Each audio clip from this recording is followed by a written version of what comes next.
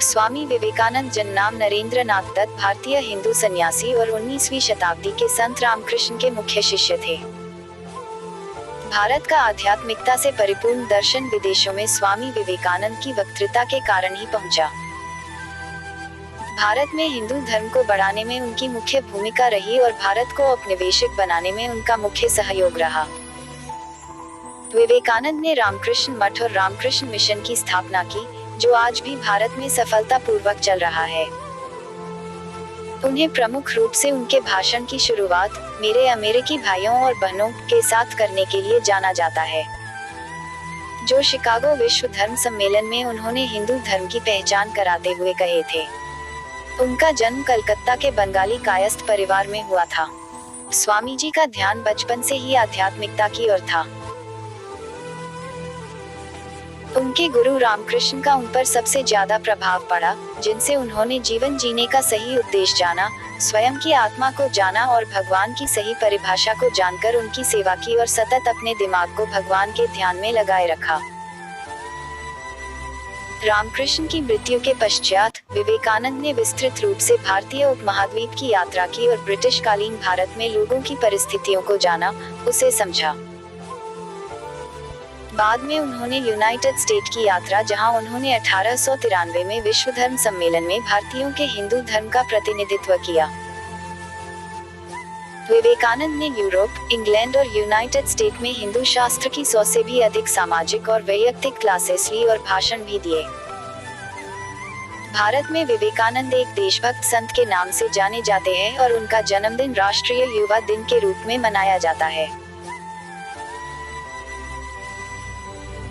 प्रारंभिक जीवन, जन्म और बचपन। स्वामी विवेकानंद का जन्म नरेंद्रनाथ दत्ता नरेंद्र के नाम से 12 जनवरी 1863 को मकर संक्रांति के समय उनके पैतृक घर कलकत्ता के गौरमोहन मुखर्जी स्ट्रीट में हुआ, जो ब्रिटिशकालीन भारत की राजधानी थी।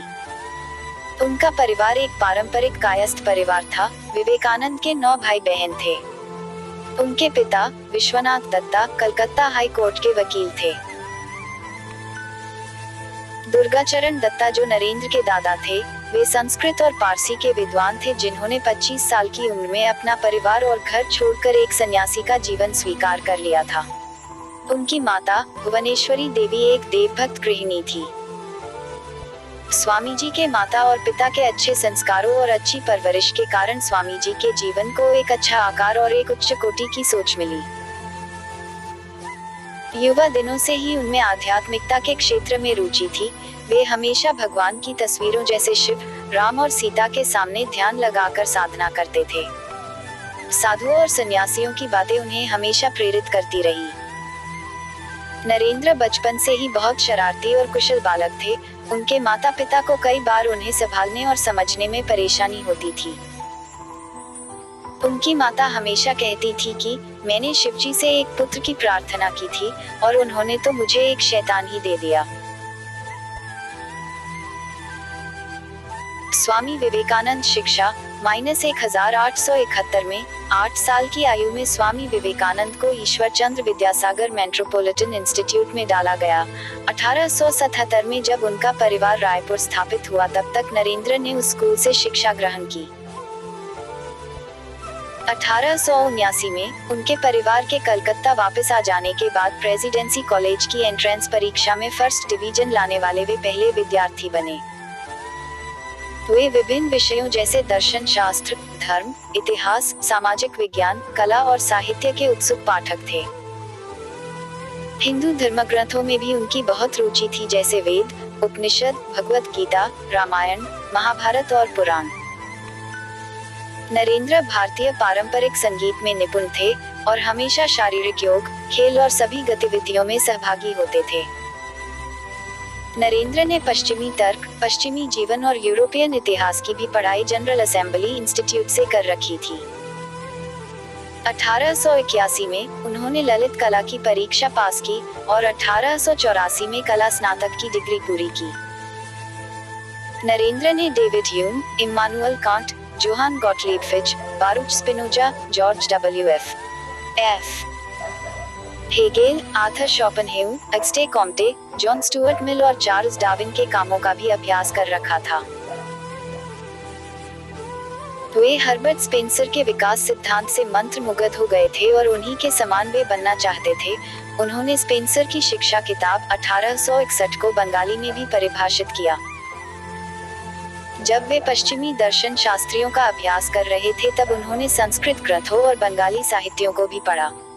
विलियम हस्ती जनरल असेंबली संस्था के अध्यक्ष ने ये लिखा कि नरेंद्र सच में बहुत होशियार है। मैंने कई यात्राएं की, बहुत दूर तक गया, लेकिन मैं और जर्मन विश्वविद्यालय के दर्शन शास्त्र के विद्यार्थी भी कभी नरेंद्र के दिमाग और कुशलता के आगे नहीं जा सके।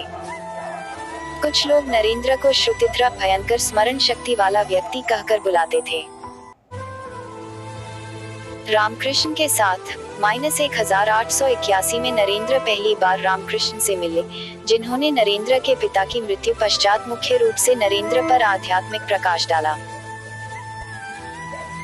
जब विलियम हस्ती जनरल असेंबली संस्था में विलियम वर्ड्सवर्थ की कविता पर्यटन पर भाषण दे रहे थे, तब नरेंद्र ने अपने आप को रामकृष्ण से परिचित करवाया था। जब वे कविता के एक शब्द ट्रांस का मतलब समझा रहे थे, तब उन्होंने अपने विद्यार्थियों से कहा कि वे इसका मतलब जानने के लिए दक्षिणेश्वर में स्थित रामकृष्ण से मिले। उनकी इस बात ने कई विद्यार्थियों को रामकृष्ण से मिलने प्रेरित किया, जिसमें नरेंद्र भी शामिल थे। वे व्यक्तिगत रूप से नवंबर 1881 में मिले, लेकिन नरेंद्र उसे अपनी रामकृष्ण के साथ पहली मुलाकात नहीं मानते और न ही कभी किसी ने उस मुलाकात को नरेंद्र और रामकृष्ण की पहली मुलाकात के रूप में देखा। उस समय नरेंद्र अपनी आने वाली एफए ललित कला परीक्षा की तैयारी कर रहे थे। जब रामकृष्ण को सुरेंद्र नाथ मित्र के घर अपना भाषण देने जाना था, तब उन्होंने नरेंद्र को अपने साथ ही रखा। परांजपे के अनुसार उस मुलाकात में रामकृष्ण ने युवा नरेंद्र को कुछ गाने के लिए कहा था और उनके गाने की कला से मोहित होकर उन्होंने नरेंद्र को अपने साथ दक्षिणेश्वर चलने कहा। 1881 के अंत और 1882 में प्रारंभ में नरेंद्र अपने दो मित्रों के साथ दक्षिणेश्वर गए और वह वे रामकृष्ण से मिले। उनकी यह मुलाकात उनके जीवन का सबसे बड़ा टर्निंग पॉइंट बना। उन्होंने जल्द ही रामकृष्ण को अपने गुरु के रूप में स्वीकार नहीं किया और न ही उनके विचारों के विरुद्ध कभी गए। वे तो बस उनके चरित्र से प्रभावित थे, इसीलिए जल्दी से दक्षिणेश्वर चले गए। उन्होंने जल्द ही रामकृष्ण के परम आनंद और स्वप्न को कल्पना शक्ति की मनगढ़ंत बातों और मतभ्रम के रूप में देखा। ब्रह्म समाज के सदस्य के रूप में वे मूर्ति पूजा, बहुदेववाद और रामकृष्ण की काली देवी के पूजा के विरुद्ध थे। उन्होंने अद्वैत वेदांत के पूर्णतया समान समझना को ईश्वर निंदा और पागलपंथी समझते हुए अस्वीकार किया और उनका उपहास भी उड़ाया। नरेंद्र ने रामकृष्ण की परीक्षा भी ली, जिन्होंने रामकृष्ण उस विवाद को धैर्यपूर्वक सहते हुए कहा, सभी दृष्टिकोणों से सत्य जानने का प्रयास करें। नरेंद्र के पिता की 1884 में अचानक मृत्यु हो गई और परिवार दिवालिया बन गया था। साहूकार दिए हुए कर्जे को वापस करने की मांग कर रहे थे और उनके रिश्तेदारों ने भी उनके पूर्वजों के घर से उनके अधिकारों को हटा दिया था। नरेंद्र अपने परिवार के लिए कुछ अच्छा करना चाहते थे। वे अपने महाविद्यालय के सबसे गरीब विद्यार्थी बन चुके थे। असफलता पूर्वक वे कोई काम ढूंढने में लग गए और भगवान के अस्तित्व का प्रश्न उनके सामने निर्मित हुआ, जहां रामकृष्ण के पास उन्हें तसल्ली मिली और उन्होंने दक्षिणेश्वर जाना बढ़ा दिया। एक दिन नरेंद्र ने रामकृष्ण से उनके परिवार के आर्थिक भलाई के लिए काली माता से प्रार्थना करने कहा और रामकृष्ण की सलाह से वे 3 बार मंदिर गए, लेकिन वे हर बार उन्हें जिसकी जरूरत है वो मांगने में असफल हुए और उन्होंने खुद को सच्चाई के मार्ग पर ले जाने और लोगों की भलाई करने की प्रार्थना की। उस समय पहली बार नरेंद्र ने भगवान की अनुभूति की थी और उसी समय से नरेंद्र ने रामकृष्ण को अपना गुरु मान लिया था। 1885 में रामकृष्ण को गले का कैंसर हुआ और इस वजह से उन्हें कलकत्ता जाना पड़ा और बाद में कोसिपुरे गार्डन जाना पड़ा। नरेंद्र और उनके अन्य साथियों ने रामकृष्ण के अंतिम दिनों में उनकी सेवा की और साथ ही नरेंद्र की आध्यात्मिक शिक्षा भी शुरू थी। कोसिपुरे में नरेंद्र ने निर्विकल्प समाधि का अनुभव लिया। नरेंद्र और उनके अन्य शिष्यों ने रामकृष्ण से भगवा पोशाक लिया, तपस्वी के समान उनकी आज्ञा का पालन करते रहे। रामकृष्ण ने अपने अंतिम दिनों में उन्हें सिखाया कि मनुष्य की सेवा करना ही भगवान की सबसे बड़ी पूजा है। रामकृष्ण ने नरेंद्र को अपने मठवासियों का ध्यान रखने कहा और कहा कि वे नरेंद्र को एक गुरु की तरह देखना चाहते हैं। और रामकृष्ण 16 अगस्त 1886 को कोसीपुरे में सुबह के समय भगवान को प्राप्त हुए। मृत्यु -4 जुलाई 1902। उनकी मृत्यु का दिन को विवेकानंद सुबह जल्दी उठे और बेलूर मठ के पूजा घर में पूजा करने गए और बाद में 3 घंटों तक योग भी किया। उन्होंने छात्रों को शुक्ल यजुर, वेद, संस्कृत और योग साधना के विषय में पाया। बाद में अपने सहशिष्यों के साथ चर्चा की और रामकृष्ण मठ में वैदिक महाविद्यालय बनाने पर विचार विमर्श किए।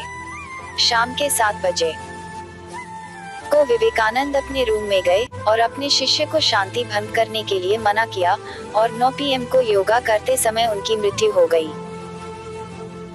उनके शिष्यों के अनुसार उनकी मृत्यु का कारण उनके दिमाग में रक्तवाहिनी में दरार आने के कारण उन्हें महासमाधि प्राप्त होना है। उनके शिष्यों के अनुसार उनकी महासमाधि का कारण ब्रह्मरंध्रा योगा का एक प्रकार था। उन्होंने अपनी भविष्यवाणी को सही साबित किया कि वे 40 साल से ज्यादा नहीं जिएंगे। बेलूर की गंगा नदी में उनके शव को चंदन की लकड़ियों से अग्नि दी गई।